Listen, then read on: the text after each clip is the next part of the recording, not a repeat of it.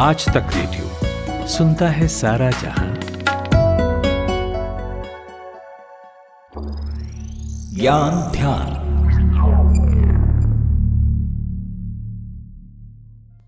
अगर आपसे कुछ सवाल इस तरह पूछे जाएं कि क्या आपने कभी पॉर्न देखा है, या जब आपने पहली बार देखा था तब आपकी उम्र कितनी थी, या आपकी देखने की फ्रीक्वेंसी कितनी है। ये सवाल ऐसे हैं जिनके जवाब आप, मैं या कोई भी खुलकर देना पसंद नहीं करेगा।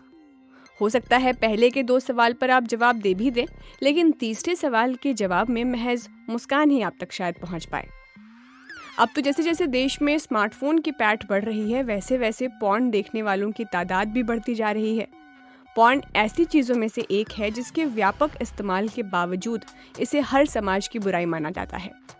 हाल फिलहाल की कुछ घटनाओं से इस बात की भी चर्चा तेज हो गई है कि क्या पोर्नोग्राफी वीडियो देखने से क्राइम, खासकर रेप को बढ़ावा मिलता है। पहली घटना की अगर हम बात करें तो वो घटना हुई 26 नवंबर 2022 को। छत्तीसगढ़ के बेमेतरा जिले में 17 साल के एक नाबालिग लड़के ने 10 साल की लड़की से रेप करने के बाद उसकी हत्या कर दी। आरोपी लड़के की गिरफ्तारी के बाद पुलिस ने बताया कि उसे पॉर्न फिल्में देखने की लत थी। इस घटना के 4 दिन बाद 30 नवंबर को इसी तरह का एक मामला हैदराबाद में सामने आया। यहाँ एक लड़की से रेप करने के आरोप में पुलिस ने 5 नाबालिग लड़कों को गिरफ्तार किया। पुलिस ने बताया कि सभी आरोपियों ने घटना को अंजाम देने से पहले पॉर्न वीडियो देखा था। तो आज के ज्ञान ध्यान में हम आपको बताएंगे कि देश में पॉर्न को लेकर सरकारी रूल्स रेगुलेशन क्या है, किस किस फॉर्म में पॉर्न बैन है, कानून के उल्लंघन पर कितनी सजा हो सकती है, वगैरह वगैरह। नमस्कार, मैं हूं खुशबू और आप आज तक रेडियो पर सुन रहे हैं ज्ञान ध्यान।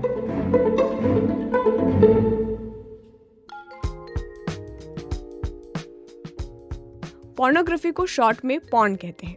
ऐसे वीडियो, मैगजीन, बुक्स या कोई भी और सामग्री जिनमें सेक्सुअल कंटेंट होता है। पॉर्न वीडियो को आम बोलचाल में ब्लू फिल्म भी कहते हैं। अब तो इंटरनेट का ज़माना है, हर हाथ में स्मार्टफोन है, VPN है, जाहिर है अधिकतर लोगों के पास पॉर्न का एक्सेस है। अब कुछ आंकड़ों पर गौर करिए। दुनिया भर की पॉर्न इंडस्ट्री करीब $100 मिलियन से कहीं ज़्यादा की है। इसका लगभग 10% अकेले अमेरिका से आता है। ऐसे में सवाल ये भी उठता है कि भारत में पॉर्न इंडस्ट्री कितनी बड़ी है। तो इसका एक लाइन में जवाब है कि भारत में कोई पॉर्न इंडस्ट्री नहीं है। इसके बावजूद यहाँ पॉर्न देखने वालों की संख्या इतनी ज़्यादा है कि US और UK के बाद भारत तीसरे नंबर पर है। ये आंकड़ा साल 2018 का है। जब सरकार ने पॉर्न वेबसाइट्स को बैन किया तो भारत 15वें स्थान पर आ गया। इसके अलावा 29 सितंबर 2022 को भी केंद्र सरकार ने 67 पोर्नोग्राफिक वेबसाइटों पर बैन लगाया था। जब गूगल ने 2021 में रिपोर्ट जारी की तो उसने बताया कि दुनिया में सबसे ज़्यादा पॉर्न देखने के मामले में भारत 6ठे स्थान पर है।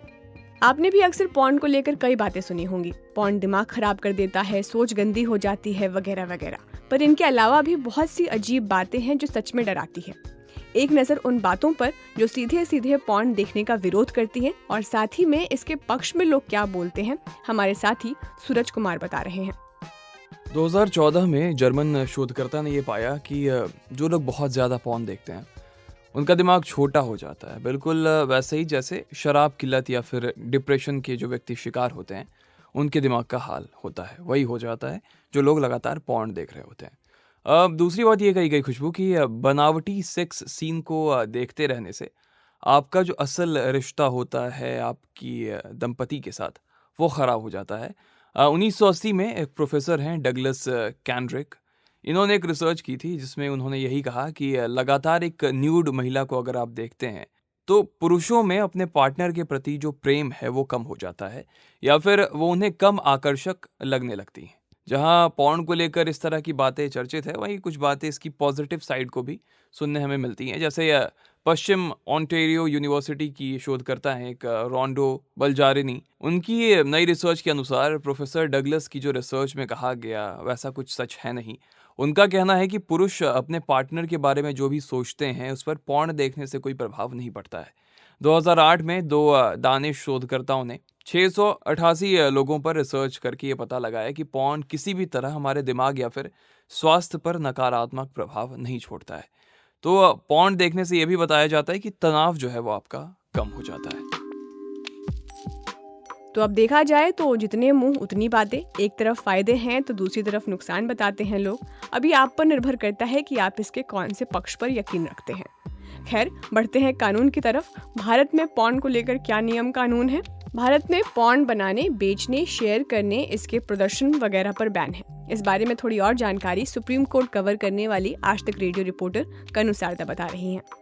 भारत में ऑनलाइन पॉर्न देखना गैर कानूनी तो नहीं है, बट हमारे पास इंफॉर्मेशन टेक्नोलॉजी एक्ट 2000 के एक्ट है, जिसमें पॉर्न का वीडियो बनाना, पब्लिश करना और उसे एक दूसरे को भेजना, उस पर बैन है।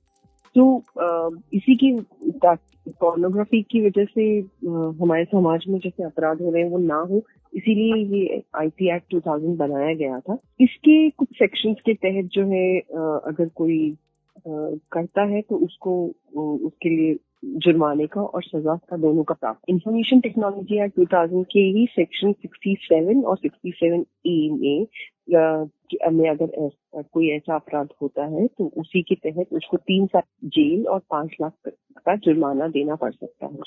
इसके अलावा आईपीसी की कई धाराएं हैं जिसके तहत सेक्शन 292, 293, सेक्शन 500, 506 इस सब चीजों ये सब सेक्शंस भी लग सकते हैं अगर कोई इस तरह की अपराध में शामिल होता है।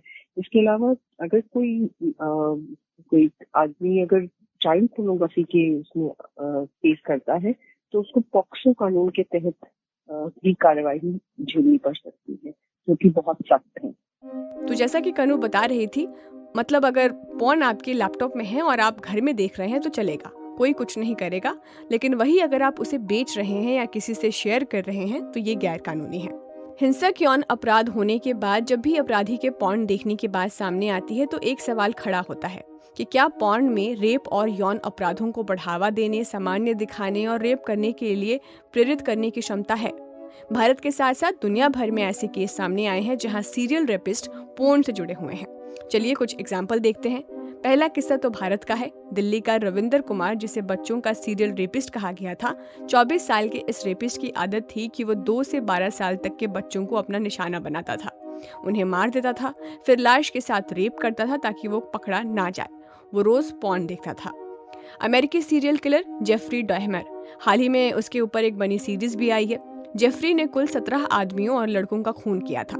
उसने ये कबूल किया था कि किसी को मारने से पहले वो पिछले पीड़ितों की तस्वीरें और सेक्सुअल वीडियो देखता था। इसके अलावा पोर्नोग्राफिक वीडियो और मैगजीन पढ़ने का भी आदी था।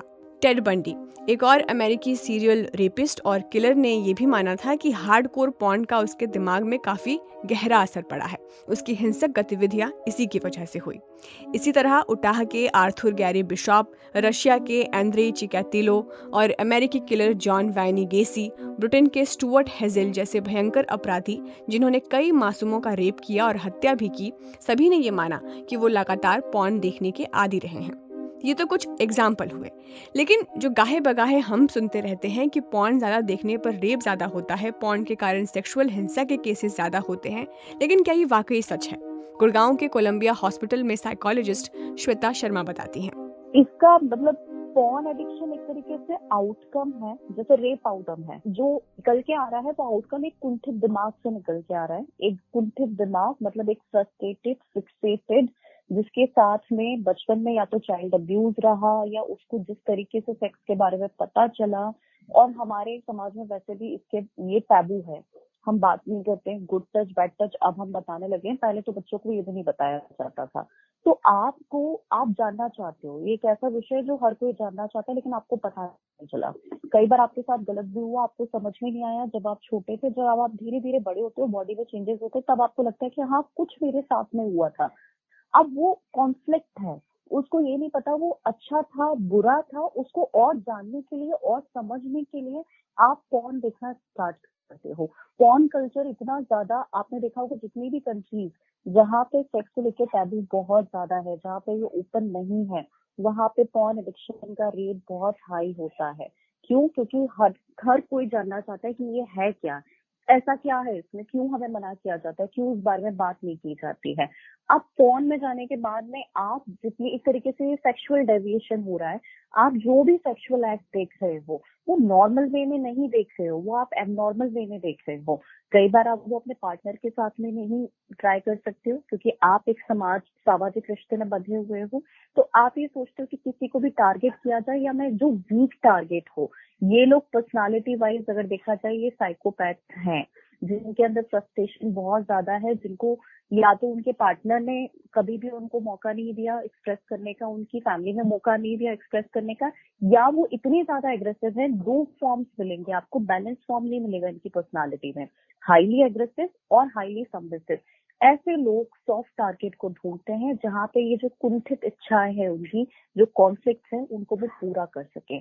तो पॉर्न एडिक्शन ही रीजन है रेप होने का, ये पूरी तरीके से सच नहीं है, लेकिन porn addiction one of the main factor है, मेरा ये मानना है साइकोलॉजिकली। तो कुल मिलाकर बात है कि ये कहना कि पॉर्न रेप के लिए जिम्मेदार है गलत है, लेकिन उतना ही गलत ये कहना भी है कि पॉर्न बिल्कुल खराब नहीं है और इसका इस्तेमाल दिमाग पर कोई असर नहीं डालता। ये बिल्कुल आपके दिमाग पर असर डालता है, आपका कंसंट्रेशन खराब करता है, आपके पार्टनर के साथ रिश्तों पर असर डालता है और ज़्यादा पॉर्न देखने से आप सेक्स एडिक्ट भी बन सकते हैं। तो समझदारी दिखाइए और पॉर्न से छुटकारा पाने की कोशिश कीजिए। बाकी सर है आपका तो मर्जी भी है आपकी। तो आज के ज्ञान ध्यान में इतना ही। आपको एपिसोड कैसा लगा बताइए हमें radio@aajtak.com पर। किसी और ज्ञान ध्यान में आपसे होगी मुलाकात, तब तक के लिए नमस्कार।